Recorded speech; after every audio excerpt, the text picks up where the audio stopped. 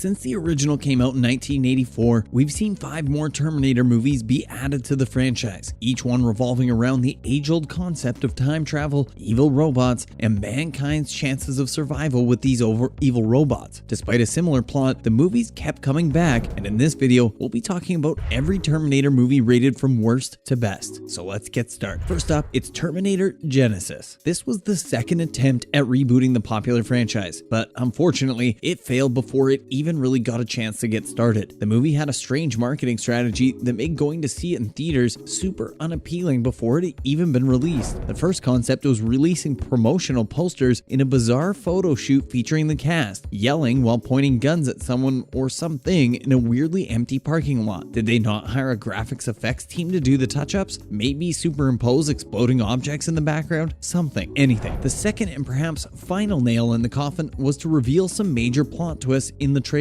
Kinda kills the point of having one, no? And the whole thing just felt like a rushed attempt at trying to get one last epic out before the rights reverted back to Cameron. Now, they even had a great cast. The sad thing is that the featured cast was actually pretty good. They had Emilia Clarke, Matt Smith, Jay Courtney, Jason Clarke, and obviously Arnold back as the T-800 with a seemingly fresh spin on the story, but it's a real shame that the final product turned out to be one big mess. Not even J.K. Simmons could have saved this one. Even a spin-off about his cop character would have been much more enjoyable to watch than whatever this was. Emilia Clarke is a great actor, and along with Jay Courtney, the two are miserably miscast in the roles they've been given. While Clarke makes the most of what she has to work with, Courtney does not. They have zero chemistry together, and for a movie plot that's practically relying on their romantic union to propel them forward, this casting just left us scratching our heads. We have just one question: why? Next up, it's Terminator Salvation. In this 2009 epic, the idea of a future war that has only ever been teased in the rest of the franchise takes a central role with a $200 million reboot. In earlier Terminator films, we saw John Connor in glimpses here and there, but in this one, he fully takes the role of this resistance leader in a world ravaged by nuclear destruction. Sounds cool, right? Well, get ready for a disappointing take, because this movie didn't deliver on all the cool things it promised. Connor was always a supporting character in the earlier films, who's only ever seen near the end, but when Christian Bale expressed interest, the whole script was rewritten to cast him in a more central role. But the question here is, did it work? The short answer is definitely not. He just doesn't feel like the John we've seen before, which makes this even more heartbreaking. Now, what makes it exceptionally bad? The movie follows Connor, his wife Kate, and a resistance team who are continuing to fight the good fight against Skynet. Across the country, there's also a young Kyle Reese, who's leading the resistance in sunny LA, who is ultimately joined by the franchise's weirdest Terminator to date, Marcus Wright. This human-machine hybrid seemingly exists in a movie that does absolutely nothing to explore his idiosyncrasies, and you want to know the best part? This flaw is the movie's entire premise. As the first and only installment in the franchise not to feature Arnold Schwarzenegger, we feel like this one was just doomed for failure from the get-go. What's Terminator without the OG Terminator anyways? If you're into flashy explosions amid dull landscapes, then Terminator Salvation is the perfect watch for you. Moving on to Terminator 3: Rise of the Machines. Sometimes it's hard to believe that it took 11 long years for a third film to follow up with the massive hit Terminator 2: Judgment Day. The delay was essentially a result of an issue with licensing rights, which forced Cameron to leave development on the second sequel. While ultimately, Terminator 3: Rise of the Machines is not the worst work we've seen from the franchise, it does leave the fans to ponder on what could have been planned for the main trio of actors had Cameron stayed to finish the film. With that being said, we still want to give some credit to Jonathan Moskow for delivering a solid blockbuster entertainment number with one hell of an ending. The 2003 film features Schwarzenegger back as John Connors, played by Nick Stahl, Protector, who is fighting against the shape-shifting Terminator, TX, played by Kristana Loken. And let's take a look at the characters' chemistry. Amidst all the post-apocalyptic future and deadly robotic threats, Stahl and Dane's chemistry actually makes up a strong component of the movie. They provide a human connection that's much needed between all the action and kind of balances out the entire plot line. And now, the weakest parts come in the movie's attempt at making jokes that are poorly timed, to say the least. There's an uncomfortable level of cringe when we see Arnold's T-800 perform the talk to the hand gesture, which just seems archaic and dated. But despite these few shortcomings, Rise of the Machines offers a great ending and has a car chase scene that's done exceptionally well. It may not be as powerful as Cameron's work on the sequel, but hey, this one deserves a watch nonetheless. Up next, it's Terminator Dark Fate. Like Terminator Genesis, this 2019 flick ignores every single sequel since Judgment Day, and the result result is a legacy reboot with substance, but despite being the best film since Terminator 2, it didn't quite show up at the box office with the cash flow it should have made. Linda Hamilton makes her first appearance since T2, and along with OG Schwarzenegger, Dark Fate carefully reboots the franchise by following the concept of an alternate timeline. Unlike Genesis, the film actually acknowledges that Sarah and John were able to stop Judgment Day, but a different AI that's self-aware is now the one who's responsible. Made by Deadpool director Tim Miller, Dark Fate leans into the familiarity concept and hits all the right beats without making a mockery of them. The film carefully intersects immigrant rights, as well as we see the premise begin 25 years after T2 at the southern border of Mexico City. A new Terminator, Rev 9, played by Gabriel Luna, is sent into the past for an assassination, and a cyborg teams up with a female warrior to protect a young woman, who is the key to the survival of the human race. And this film is what every other sequel tried to be. With its compelling action scenes, relatable characters, and fantastic finale, Dark Fate is a classic Terminator take on survival that focuses on 3 female leads for the very first time in the series. Now, let's talk about the Terminator. The opening text of this movie laid out a chilling premise and let us know from the beginning that this isn't going to be a film with all the flashy, futuristic battle scenes, but perhaps something much, much better. While a showy battle would have been right up Cameron's alley, financing this massive production was proving to be tricky, so he opted instead for a slick sci-fi thriller set in modern-day Los Angeles. What was supposed to be a way to work with budget restraints turned out to be one of the best films the franchise has made so far. The film is a great blend of retro and futuristic visual imagery that's interwoven with the grit and grime of urban California. The Terminator is as original as it comes, a sci-fi horrorscape with a thrilling concept at its very center. Sarah Connor is played to perfection by Linda Hamilton and lends the right amount of sadness to this thrasher-like film. It's genius. Wrapping up with the Terminator Judgment Day. Saving the best for last, Judgment Day is not only the best film in the entire franchise, but it's also one of the best sequels ever made, period. And this movie comes from a confident Cameron who knows how to beautifully marry action, exposition, theme, and human connection all into one to create this iconic piece. And the film has everything we could have asked for from the original, from the terrifying villain to the shape-shifting T-1000. The film delivers an endless amount of action sequences that arguably look better than most movies made today. Even though it clocks in at 132 minutes, there's not a single moment that won't keep you hooked on the storyline. But for us, the heart and soul of this movie lies in the connection between John Connor and the T-800. Their ultimate bond has us blindly believing in the good of the universe, and that makes the final goodbye in the film just that much more poignant. And the action, the drama, the human element, every note is done to absolute perfection. And that's a wrap for this video. Do you have any thoughts about these Terminator movies? Let us know in the comments below. Make sure to give this video a thumbs up and subscribe to our channel for more videos like this. Thanks for watching, and I'll see you in the next one.